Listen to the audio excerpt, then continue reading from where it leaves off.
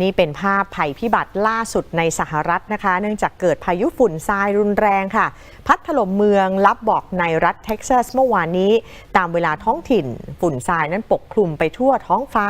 จนเปลี่ยนเป็นสีเหลืองอมส้มอย่างที่เห็นเลยนะคะอากาศเนี่ยขมุกขมัวต้นหญ้าวัชพืชก็ถูกลมพัดปลิวไปตามถนนค่ะทัศนวิสัยลดต่ำมากจนอันตรายทำให้เจ้าหน้าที่ต้องประกาศเตือนภัยพายุฝุ่นและทัศนวิสัยต่ำหลังจากทัศนวิสัยลดลงเหลือเพียง 0.21 กิโลเมตรในบางเวลาค่ะโดยพายุฝุ่นทรายได้ซ้ำเติมรัฐเท็กซัสซึ่งเป็นหนึ่งในหลายรัฐที่ถูกพายุทอร์นาโดพัดถล่มเมื่อวานนี้